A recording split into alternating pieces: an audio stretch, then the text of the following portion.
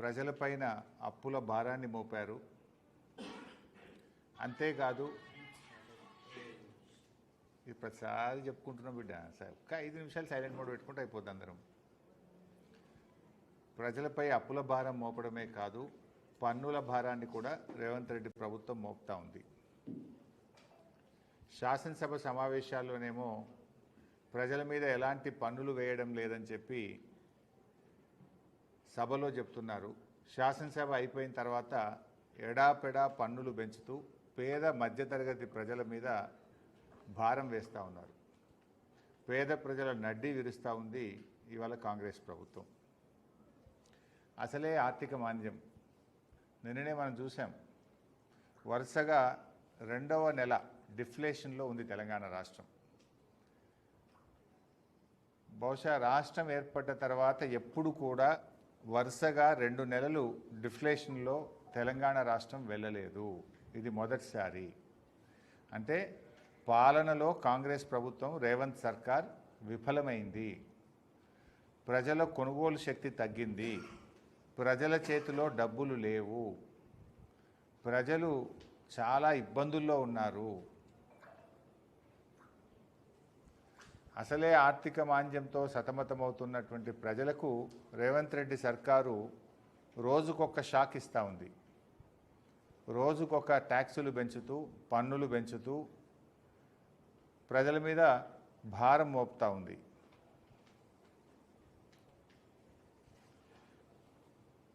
గత నెల మరియు ఈ ఆగస్టు నెలలో 2 దఫాలుగా ట్రాన్స్పోర్ట్ డిపార్ట్మెంట్లో దాదాపు 2,000 కోట్ల రూపాయల భారాన్ని ప్రజల మీద వేసింది కాంగ్రెస్ ప్రభుత్వం.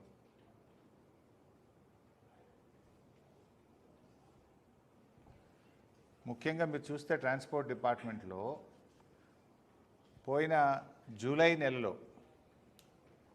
ఇంతకుముందు మనం లైసెన్స్కు, లర్నింగ్ లైసెన్స్కు దరఖాస్తు పెట్టినా, పర్మనెంట్ లైసెన్స్కు దరఖాస్తు పెట్టినా, సెకండ్ హ్యాండ్ బండి కొనుక్కున్నా, లేదా ఈ సర్వీస్ క్యారేజ్ వాళ్ళు క్వార్టర్లీ ట్యాక్స్ కట్టిన 100 రూపాయల సర్వీస్ ఛార్జ్ ఉండేది.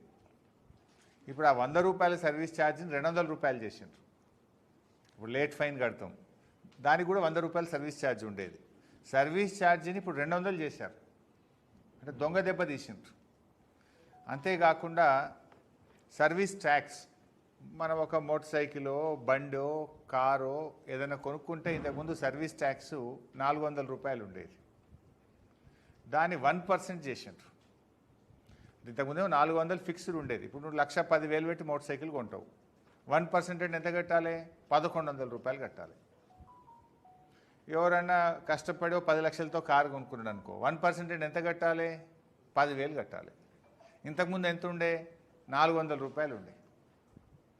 అంటే ఈ సర్వీస్ ట్యాక్స్ ఇంతకుముందు 400 రూపాయలు ఉంటే దాన్ని 1%కు పెంచి ప్రజల మీద భారం వేశారు. సర్వీస్ ఛార్జెస్ ఇంతకుముందు 100 రూపాయలు ఉంటే దాన్ని 200 రూపాయలకు పెంచారు. ఈ రకంగా ప్రజల మీద పోయిన నెలలోనే దొంగ దెబ్బతీసి దాదాపు ఒక 1,000 కోట్ల రూపాయల భారాన్ని గత నెలలో మోపారు. ఇప్పుడు నిన్నేం చేసిండ్రు? మళ్ళా ఇవాళ రోడ్ ట్యాక్స్ పెంచారు. రోడ్ ట్యాక్స్ ఇవాళ రేపు మోటార్ సైకిల్ అనేటువంటిది కనీస అవసరంగా మారింది. అది ఉపాధి హామీ కూలీలైనా, రైతు కూలీలైనా, కార్మికులైనా, రైతులైనా, ఎవరైనా ఇవాళ బాయికాడికి పోవాలంటే ప్రతి ఇంట్లో మోటార్ సైకిలే ఉంది. Motor cycle is not a luxury, అది కనీస అవసరంగా మారింది ప్రజలకు. ఇవాళ ఎవరైనా మోటార్ సైకిల్ కొనుక్కుంటే తెలంగాణలో నిన్న రేవంత్ రెడ్డి ప్రభుత్వం పెంచిన పన్నుల వల్ల తక్కువ 3,300 రూపాయలు భారం పెరిగింది. తక్కువ 3,300. కొన్ని మోటార్ సైకిళ్ళకైతే దాదాపు 5 నుంచి 10,000 రూపాయల భారం పడ్డది. ఎంత తక్కువ మోటార్ సైకిల్ అయినా 1,10,000కు తక్కువ అయితే లేనట్టుంది. అంటే ఇలా ఎవడన్నా కూలీయో, కార్మికుడో, ఒక రైతో బండి కొనుక్కుంటే వాళ్ళ మీద 4-5 వేల రూపాయల భారం వేసిండు రేవంత్ రెడ్డి. అలా ఎవరన్నా చిరు ఉద్యోగులు, మధ్యతరగతి ప్రజలు రూపాయి దాచుకొని జీవితంలో ఒక ఇల్లు కట్టుకోవాలి, ఒక చిన్న కారు కొనుక్కోవాలనుకుంటారు. ఒక 10 లక్షల రూపాయల కారు ఏదైనా ఇన్స్టాల్మెంట్లతో బ్యాంకు లోన్ తీసుకోనో, ఫైనాన్స్ లోన్ తీసుకొని కొనుక్కుంటే వాళ్ళ మీద 20-30 వేల రూపాయల భారం పెరిగింది. అంటే ఇలా పేద మధ్యతరగతి ప్రజల నడ్డి విరిచినాడు రేవంత్ రెడ్డి. పోయిన నెల 1000 కోట్ల రూపాయల భారం వేసిండు సర్వీస్ ఛార్జెస్, సర్వీస్ ట్యాక్స్, పెనాల్టీల పేరు మీద. ఇప్పుడు ఈ నెల రోడ్ ట్యాక్స్ పెంచి మరో 1000 కోట్ల రూపాయల భారం వేసిండు. అంటే దాదాపు 2000 కోట్ల రూపాయల భారాన్ని ఇవాళ రేవంత్ రెడ్డి ప్రభుత్వం ప్రజల మీద వేసింది. నేను అసెంబ్లీ సమావేశాల్లోనే అడిగాను, ఇప్పటికే తెలంగాణ రాష్ట్రం తిరోగమన దశలో ఉంది, రేవంత్ పాలనలో తిరోగమన దశలో ఉంది. 2023-24 సంవత్సరంలో బీఆర్ఎస్ ప్రభుత్వం ఉన్నప్పుడు 7100 కోట్ల రూపాయల ట్యాక్స్ వచ్చింది, పన్నుల రూపంలో 7100 కోట్లు వచ్చింది. కానీ పోయిన సంవత్సరం కాంగ్రెస్ పాలనలో 6900 వచ్చింది. అంటే 200 కోట్ల రూపాయలు తగ్గింది. ఎందుకు తగ్గింది? ప్రజల చేతిలో డబ్బు లేదు, ప్రజల కొనుగోలు శక్తి తగ్గింది, వాహనాలు కొనడం తగ్గుముఖం పట్టింది. అందువల్ల దేశంలో అన్ని రాష్ట్రాల్లో పెరిగింది, ఒక్క తెలంగాణలో మాత్రమే తగ్గింది. ఎందుకు తగ్గిందంటే నీ పరిపాలన వైఫల్యం. వీళ్ళు బడ్జెట్లు ఎంత పెట్టుకున్నారు? 8500 కోట్లు వస్తుందని పెట్టినారు బడ్జెట్లో. వచ్చింది ఎంత? 6900 వచ్చింది. దాదాపు మీ అంచనాల కంటే 1500 కోట్ల రూపాయలు పోయిన ఆర్థిక సంవత్సరంలో ఆర్టీఏ ట్యాక్స్ తక్కువ వచ్చింది. 6900. మళ్ళీ మొన్న బడ్జెట్లో ఏం పెట్టింది? 25-26 సంవత్సరానికి 8535 కోట్లు వస్తుంది అన్నారు. నేను అప్పుడే అడిగిన, అరే నువ్వు వచ్చిందే 6900, పోయిన సంవత్సరం కంటే తగ్గింది, ఈ సంవత్సరం నువ్వు మళ్ళీ 1600-1700 కోట్లు పెంచినావు, యాడికెళ్ళి పెంచుతావు? పన్నులు వేస్తావా? ప్రజల మీద భారం వేస్తావా అని మేము అసెంబ్లీలో అడిగాం బీఆర్ఎస్ పార్టీ తరఫున. అడిగితే ఆ రోజు ఏమన్నారు? లేలే, మేము పన్నులు పెంచం, లీకేజ్ అరగడతాం, పారదర్శకత పెంచుతామన్నాడు. అసెంబ్లీలోనేమో శుద్ధపూస మాటలు మాట్లాడారు, పన్నులు పెంచం, లీకేజ్ అరికడతామని. ఇప్పుడు చేసింది ఏంది? సర్వీస్ ట్యాక్స్ పెంచినవు, సర్వీస్ ఛార్జెస్ పెంచినవు, RTA tax, road tax, life tax పెంచినవు, లైసెన్సుల ట్యాక్స్ పెంచినవు, మొత్తం అడ్డగోలుగా పెంచి పడేసినావు. అంటే పేద ప్రజల మీద భారం వేస్తా ఉన్నావు నువ్వు. ఇప్పుడు కేసీఆర్ గారు బీఆర్ఎస్ ప్రభుత్వం ఉన్నప్పుడు మేమేం చేసినాము? రైతులు వాడే ట్రాక్టర్లకు, ట్రైలర్లకు ట్యాక్స్ రద్దు చేసిండు కేసీఆర్.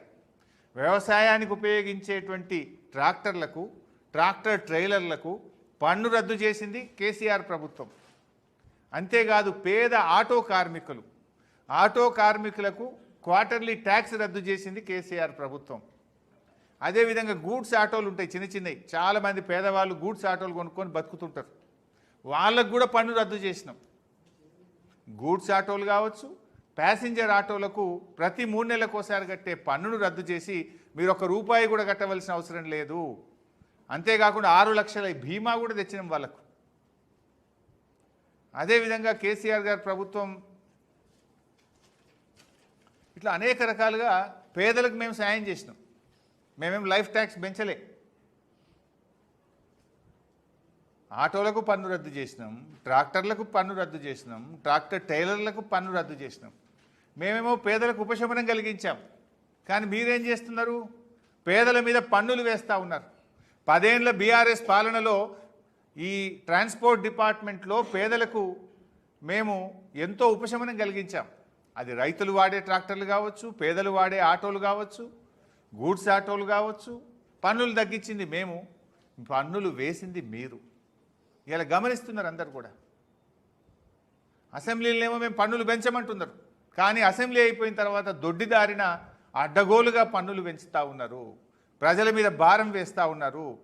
ఇప్పటికే ఆర్థిక మందగమనంతో రాష్ట్రమంతా కూడా సతమతమవుతూ ఉంది, ప్రజలు ఇబ్బందుల్లో ఉన్నారు, మూలిగే నక్క మీద తాటికాయ పడ్డట్టు చేస్తూ ఉన్నారు.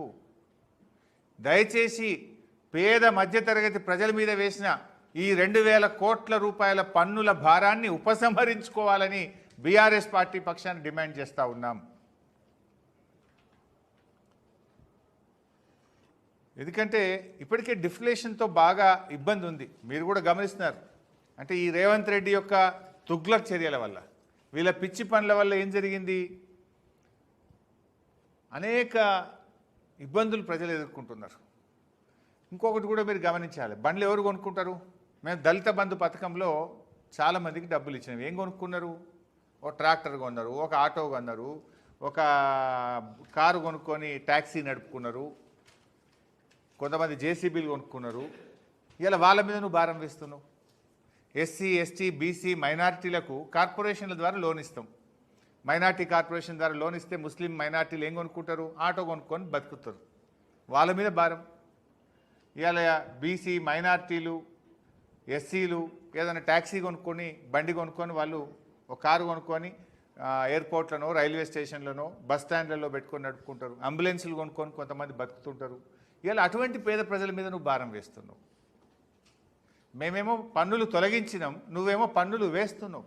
పన్నుల భారాన్ని పెంచుతున్నావు నువ్వు. ఇదేనా ప్రజాపాలన అంటే? మార్పు మార్పు అన్నావు. ఏం మార్పు తెచ్చినావు నాయన? కేసీఆర్ ఏమో ఆటోల మీద, ట్రాక్టర్ల మీద పన్నులు తీసేసిండు, నువ్వేమో పన్నులు పెంచినవు. ఇదేనా మార్పు అంటే? నువ్వు తెచ్చిన మార్పు ఇంతే కదా. పేదల మీద భారం వేయడం, పన్నులు వేయడమే మీరు తెచ్చిన, కాంగ్రెస్ తెచ్చిన మార్పా అని నేను అడుగుతా ఉన్నా.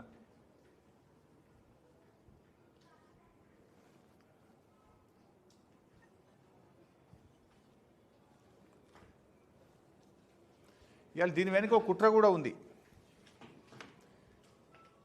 ఆర్ఎండ్బి పంచాయతీరాజ్ డిపార్ట్మెంట్లో యాన్యుటీ మోడల్లో రోడ్లు వేస్తామని స్టార్ట్ చేసింది ఈ మధ్యలో. యాన్యుటీ అప్పుడే మేము అడిగినాం, నువ్వేదో యాన్యుటీ అంటున్నావు, టోల్గేట్లు పెట్టావా అని అడిగినాం.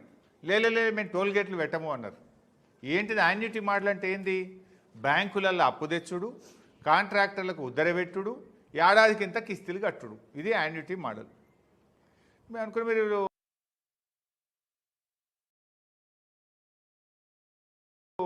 చేస్తారు అని మేము అనుకున్నాం. ఇప్పుడు బయటపడ్డది. టోల్గేట్ పెట్టకుండా దొడ్డిదారినో రోడ్ ట్యాక్స్ పెంచి ఏడాదికి 2000 కోట్లు ప్రజల ముక్కుబిండి వసూలు చేయబోతున్నారు మీరు. అంటే ఏంది? బ్యాంకులలో అప్పులు తేవడానికి, కాంట్రాక్టర్లకు క్వార్టర్లీ యాన్యుటీ డబ్బులు కట్టడానికి ఇవాళ 2000 కోట్ల రూపాయలు ఆర్టీఏ డిపార్ట్మెంట్ ద్వారా ప్రజల మీద భారం వేస్తున్నారు. రోడ్లు వేసినాం. మరి ఆ రోజు మేము ఈ యాన్యుటీలు, ట్యాక్సులు పెంచలేదు.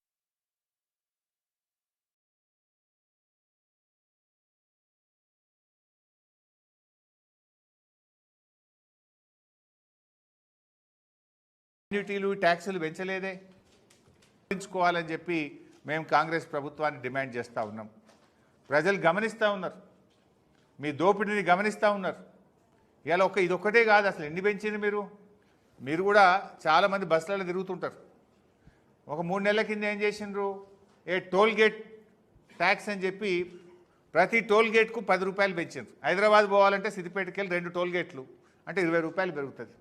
అట్లా రాష్ట్రంలో ఎక్కడ టోల్గేట్ తగిలితే టికెట్ మీద 10 రూపాయలు పెంచారు. ఇక పండుగ చూడే పాపం, పండుగ ముంగట వారం రోజులు, పండుగ తర్వాత వారం రోజులు డబుల్ టికెట్ ధరలు డబుల్ చేసి ఇలా పేదలు దోచుకుంటున్నారు. డబుల్ పండుగ వస్తే కథం.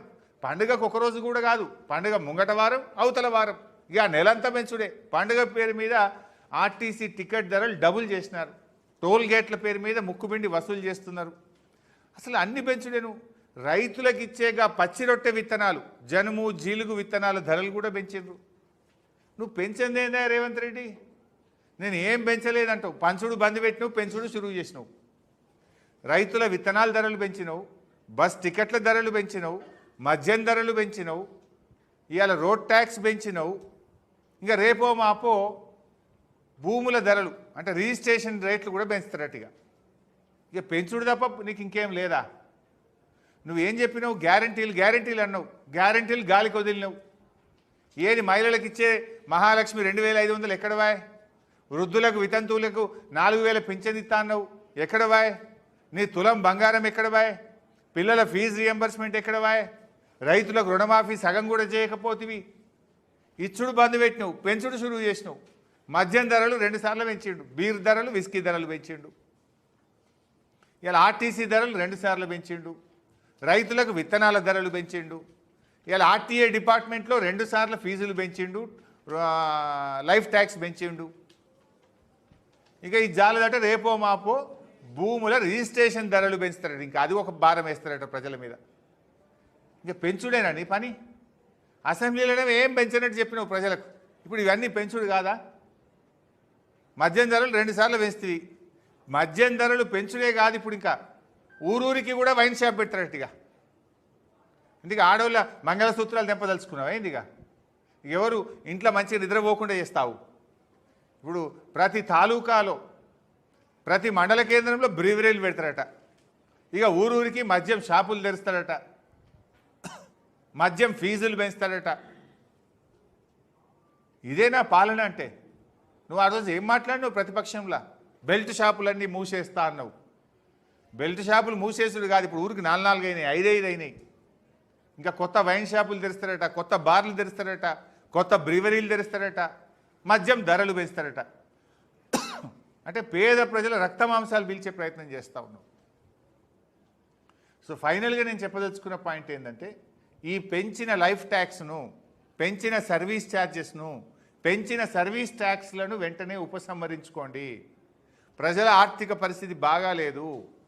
మోటార్ సైకిళ్ళు అనేటువంటివి పేదవాళ్ళు వాడే వాహనాలు, ఇది పెద్దలు వాడే వాహనాలు కాదు. పేద ప్రజలు అది నిత్య అవసరంలో భాగంగా మారింది. వాటి మీద భారం పెంచుతారా మీరు? ఏ ఊర్లో పోయినా దాదాపు ఇంటికో మోటార్ సైకిల్ ఉన్నది. ఇలా గాల మీద కూడా భారం పెంచుతావా నువ్వు? పేదవాళ్ళని కూడా వడిచిపెట్టవా? ఆర్టీసీ టికెట్ల ధరలు పెంచుతావు, మద్యం ధరలు పెంచుతావు, భూముల రిజిస్ట్రేషన్ వాల్యూ పెంచుతావు, లైఫ్ ట్యాక్స్ పెంచుతావు, చివరికి రైతులు వాడే విత్తనాల ధరలు కూడా పెంచుతీవి. సో మేము ఈ పెంచినటువంటి ఆర్టీఏ ఛార్జెస్ను, ఈ 2000 కోట్ల రూపాయల భారాన్ని ప్రభుత్వం ఉపసంహరించుకోవాలని బీఆర్ఎస్ పార్టీ తరఫున డిమాండ్ చేస్తూ ఉన్నాం. కేసీఆర్ ఏమో ప్రజలకు పన్నుల భారం లేకుండా చేస్తే, రేవంత్ రెడ్డి ఏమో పన్నుల భారాన్ని ఎడాపెడా ప్రజల మీద మోపుతా ఉన్నాడు. కేసీఆర్ ఆటోలకు పన్ను రద్దు చేసిండు, ట్రాక్టర్లకు రద్దు చేసిండు, ట్రాలీలకు రద్దు చేస్తే నువ్వేమో పన్నులు పెంచుకుంటూ పోతున్నావు. ప్రజలకు అర్థమైంది, ఇవాళ ఏం మార్పు వచ్చిందో చూస్తున్నారు. పన్నులు తీసేసింది కేసీఆర్, పన్నులు వేసింది రేవంత్ రెడ్డి. నీకు బుద్ధి చెప్తారు తప్పకుండా. ఎవరిని వదిలిపెట్టినావు నువ్వు? ఏ వర్గాన్ని వదిలిపెట్టినావా? కొత్తగా బ్రీవరీలు ఎట్లా ఓపెన్ చేస్తావు మండలానికి ఒకటి? అంటే పిల్లలను, చదువుకునే పిల్లల్ని చెడగొట్టదలుచుకున్నావా? కాలేజీ పిల్లల్ని తాగుమంటున్నావా నువ్వు? బ్రీవరీలు మండలాల్లో, జిల్లాల్లో, తాలూకాల్లో ఎందుకు ఓపెన్ చేస్తామని నిర్ణయం తీసుకున్నావు? అంటే కాలేజీ పిల్లల్ని తాగించి ఊగించి చెడగొట్టదలుచుకున్నావా అంటున్నా. దయచేసి ఆ ఆలోచన ఉపసంహరించుకోండి. ప్రభుత్వం అంటే ఆదాయం సంపాదించడమే కాదు, ప్రజల ఆరోగ్యం ముఖ్యం, రాష్ట్ర ప్రయోజనాలు ముఖ్యం, రాష్ట్ర పురోగతి ముఖ్యం. కానీ రేవంత్ రెడ్డి దృష్టిలో కేవలం డబ్బు సంపాదించాలి, ఢిల్లీకి మూటలు మోయాలి. ఢిల్లీకి మోసుడు